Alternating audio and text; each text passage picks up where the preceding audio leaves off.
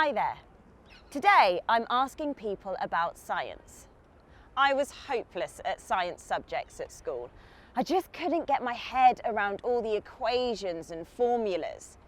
But science and inventors have had such an influence on our lives in so many ways. In 1876, Alexander Graham Bell invented the first telephone. Try to imagine life without this now. Well, are you more sciencey or are you more artistic? I am definitely probably more artistic than sciencey, but I think quite logically. But I think I have to be quite innovative in my logic. I would definitely say more sciencey. I work in physical therapy at an inpatient rehab hospital in Austin, Texas, so definitely lean towards the science. Definitely more artistic than I am sciencey. I definitely studied or did my best to study a few subjects of science in school, but didn't go so well. And now I'm an English lit theatre music nutter, so yeah, definitely more artsy. I am more artistic than sciencey because I'm currently doing, I'm studying theatre directing and I'm training to be a theatre director, which is much more arty than sciencey, I think.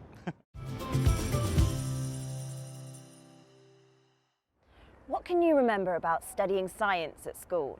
For me, science, I always really enjoyed it. There was a lot of practicals. It was very hands-on, and I really enjoyed that. So it was always a lesson that I really looked forward to going to, from like biology through to kind of the different experiments in chemistry. So it was one that I really kind of enjoyed. I can remember being supremely bad at chemistry. And so I dropped out of that very early on in the O-level stage. Biology, I think I dropped anyway because I couldn't keep it all. But physics I loved, and so I completed O-level physics, but I didn't take it any further. I loved that you got to play with it. There's many different ways to get to a certain conclusion with science. I actually was reading through my old science books the other day, clearing out my house, and was surprised at how much I used to know and how little I actually remember now. But biology, geology, learning about rocks and things, learning about space, and yeah, lots of bits and pieces. Can you name any famous scientists? Well, there's a lot of scientists to choose from. You could go for Stephen Hawking, who's a theoretical scientist.